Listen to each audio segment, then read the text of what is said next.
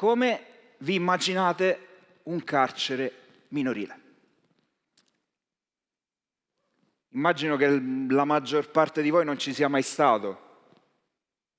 Vi ci provo a portare io con l'immaginazione quantomeno. C'è una parte del carcere minorile che è esattamente come ce la immaginiamo. Quindi ci sono le sbarre, ci sono i blindi, ci sono le serrature, c'è lo spioncino pure al cesso, c'è il pavimento di quella graniglia brutta, ci sono le pareti di cemento ridipinte di quei colori scialbi, così tante volte che sembra felpato il cemento, però vi assicuro che non è felpato assolutamente. C'è una parte del carcere che è esattamente quella che conosciamo, che ci immaginiamo, e vi assicuro che è la parte che fa meno paura. Adesso venite con me nei corridoi, provate a chiudere gli occhi e ad annusare. La sentite questa puzza complessa, stratificata? Vi aiuto a decodificarla. C'è disinfettante industriale sicuramente. C'è una puzza di sudore che potrebbe ricordare quella delle palestre dei campionati giovanili, però senza quel brivido bello di speranza. Shampoo forse sì, ma non balsamo. Deodorante forse sì, ma non acqua di colonia. E poi c'è la puzza della paura. Ecco, la puzza della paura non ve la so descrivere se non dicendovi che sa un po' di primordiale. Ok, adesso chiudete gli occhi, continuate a tenere gli occhi chiusi, chiudete il naso se ci riuscite, ascoltiamo.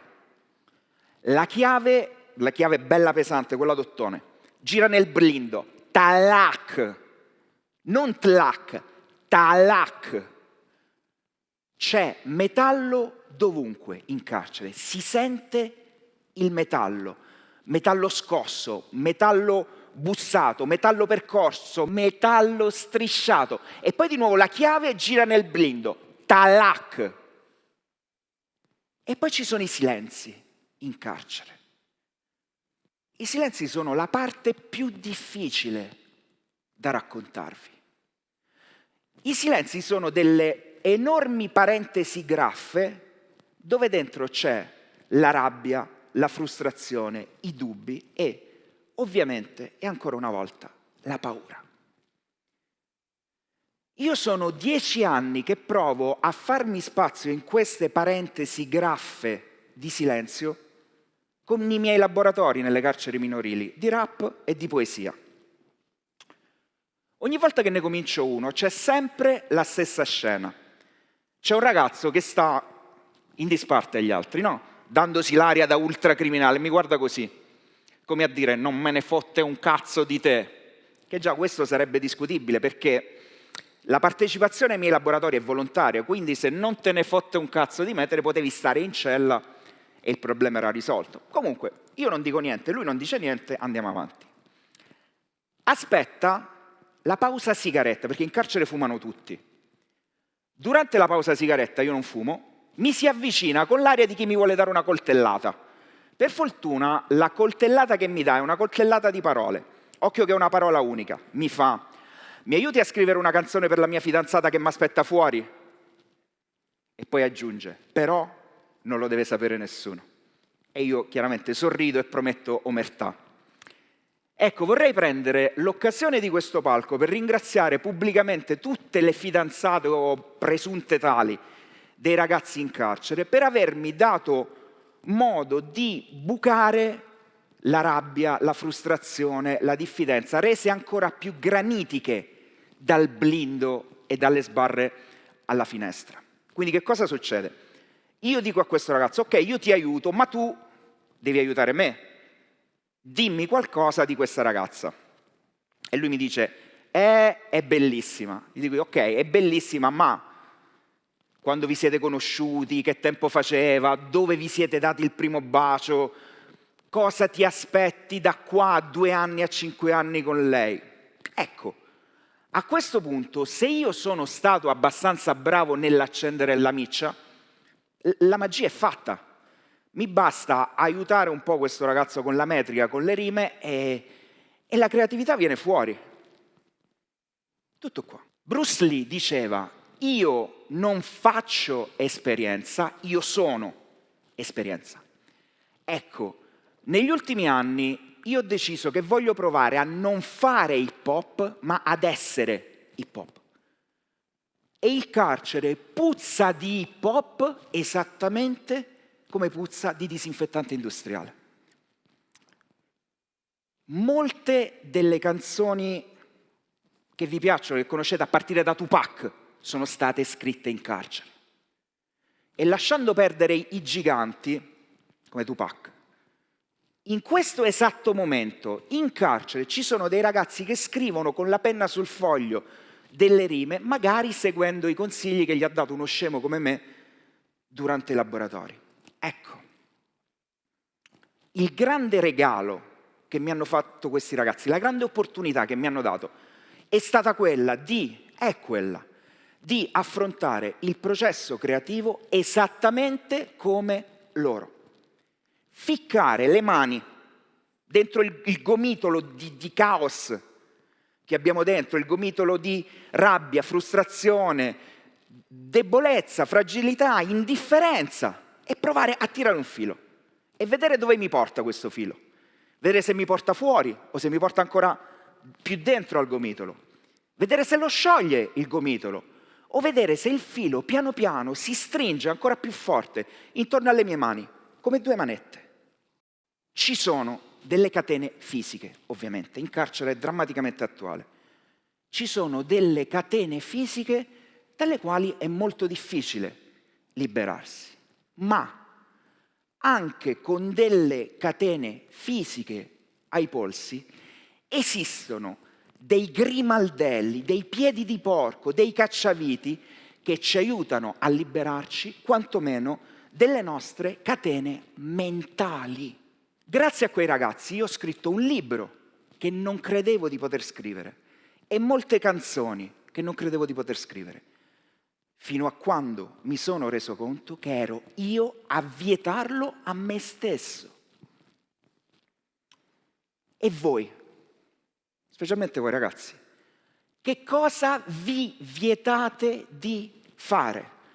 Quali sono le realtà che nella vostra vita non funzionano e che non mettete in discussione perché vi è stato detto che non si possono mettere in discussione? O peggio ancora, perché siete stati voi a dirvi che non potete metterle in discussione. Angela Davis, una rivoluzionaria statunitense, afroamericana, ha detto: non voglio più accettare ciò che non si può cambiare. Voglio cambiare ciò che non si può accettare.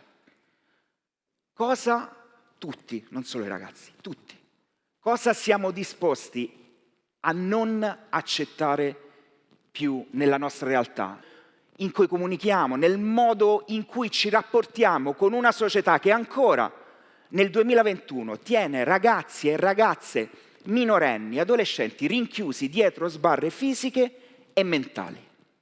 Cosa siamo disposti a fare per cambiarlo? Ogni volta che inizio un laboratorio in carcere, la prima cosa che faccio è chiedere ai ragazzi come vi sentite. E chiaramente in carcere non mi possono rispondere mi sento bene. Quindi mi rispondono con due parole. Le due parole sono boh, virgola, normale, punto. E io ci rimango male, anche se non dovrei, perché me lo dovrei aspettare. Perché la risposta boh normale significa che il gomitolo di cui vi parlavo prima è ancora stretto. Quando nel prosieguo del laboratorio riusciamo ad allargarlo un po' questo gomitolo, cambiano anche le risposte a come ti senti. Mi sento dire, io oggi mi sento triste, io oggi mi sento annoiato, oggi mi sento che vorrei spaccare tutto, oggi mi sento che vorrei uscire e fare un concerto con te appena esco. Ecco, ogni giorno chiedermi cosa sento e come mi sento. Ogni giorno provare ad ascoltarmi. Ogni volta che è possibile rispondermi. E poi di nuovo, chiedermi cosa sento e come mi sento. E a quel punto magari provare a stabilire un ponte tra me e i miei simili.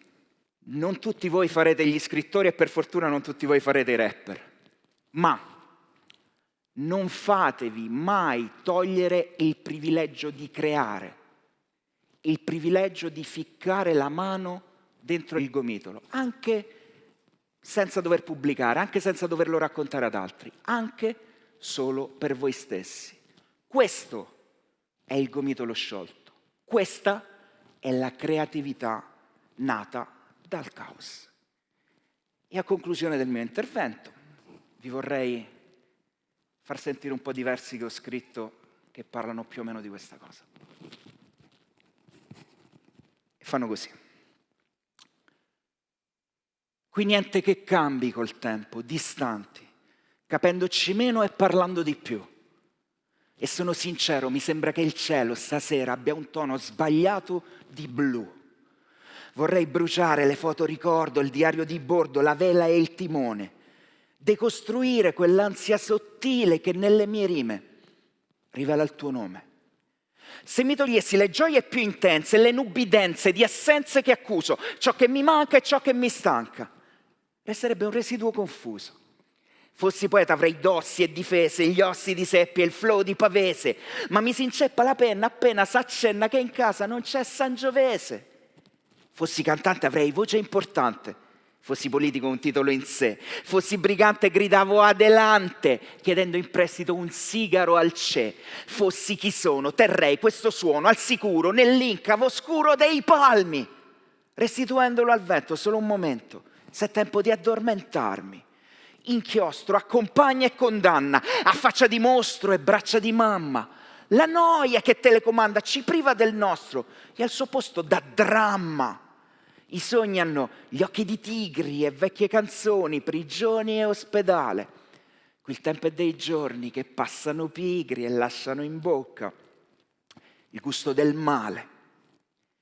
Il niente che ascolta ora chiede risposta alla mente che non se n'è accorta. Le note, lo sanno, non stanno cambiando fin quando non cambio a mia volta. Sfocando i contorni del tempo stanno nei dintorni, sfidando nei giorni. E l'ansia non passa, l'alba non calma, si campa, aspettando che torni. Riempiendo il bicchiere nel buio non vedo che il vino trabocca dall'orlo. Autocontrollo, ma l'oggi m'avvolge una sciarpa di dubbi sul collo.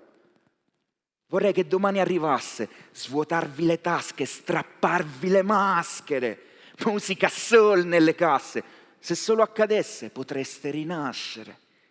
Ma qui l'infinito è sparito e l'eco si è persa dentro l'alfabeto, come facessi un graffito col dito sulla condensa del vetro. Il tempo che passa distante mi allena e mi lega, grassa adamante. Silenzi sovrastano e non mi basta un flow di adamantio e diamante. Volare sulle ali del Mistral o i dorsi dei libri da equilibrista, stressandomi meno e coprendo il terreno, boxando con l'io nichilista. Freddo di liquido azoto, tra brivido e fuoco, e io ancora che parlo. Niente che riempia quel vuoto, ci metto quel poco che possa arginarlo. Grazie.